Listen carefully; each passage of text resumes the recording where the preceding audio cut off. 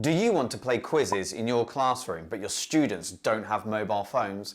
Well, don't worry, because in this video, we're taking a look at Quiziz's new feature, Paper Mode. And so by the end of this video, you're going to be able to play all of the games on Quizizz without your students ever needing a mobile phone.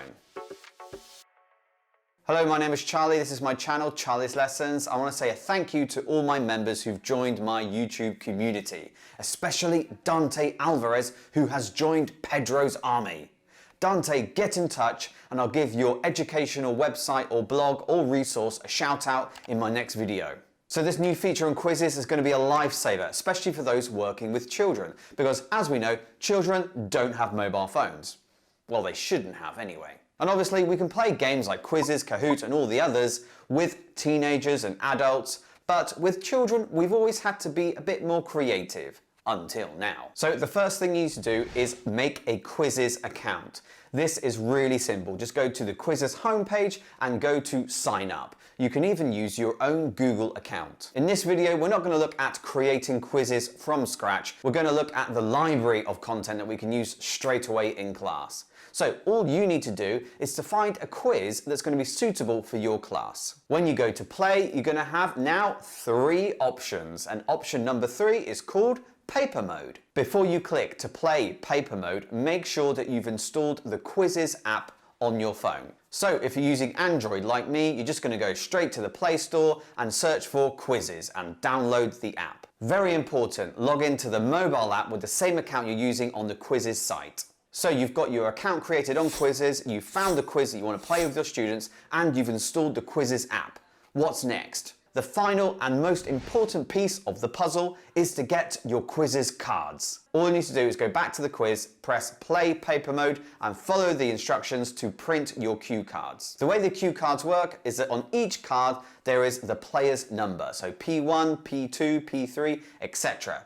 And depending on how you show the card, you will be choosing option A, B, C or D. I would recommend laminating the cards so that it can last longer, because you know, children, they like to sometimes bite and chew on things. Now, I know what you might be thinking. Haven't I seen those cards before? Well, yes, if you're thinking that, then you're probably thinking of Plickers.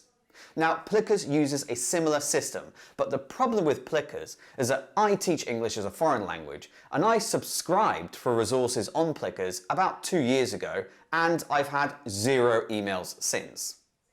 So Quizizz is great for me because there's a lot of already user-created content that I can use for my classes in what I do. So you've printed your cue cards, you've got the app on your phone, and the quiz is now ready. You're going to click Paper Mode, you're going to click Play, and it's going to ask you to log into the app and also start the Paper Mode from your mobile phone. Your students will see the first question being presented on the screen and the options. Students will read the question and choose an answer.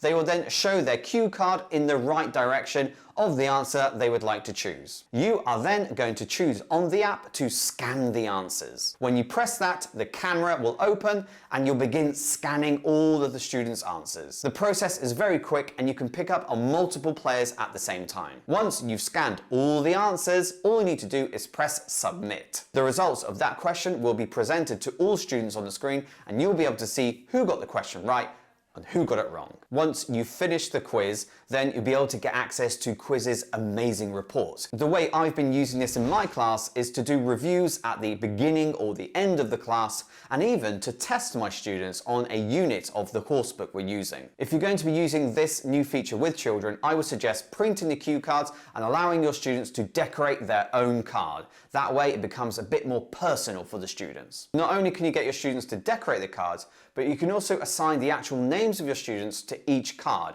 So instead of appearing as player 1, player 2, player 3, the actual names of your students will appear during the quiz. To do this, before you start the game, is to make sure you assign the student names, which appears below the options. Thank you for watching this video on Quizizz's new feature Paper Mode, and I hope this proves to be a useful tool for you in the English language classroom. I'll see you in the next video.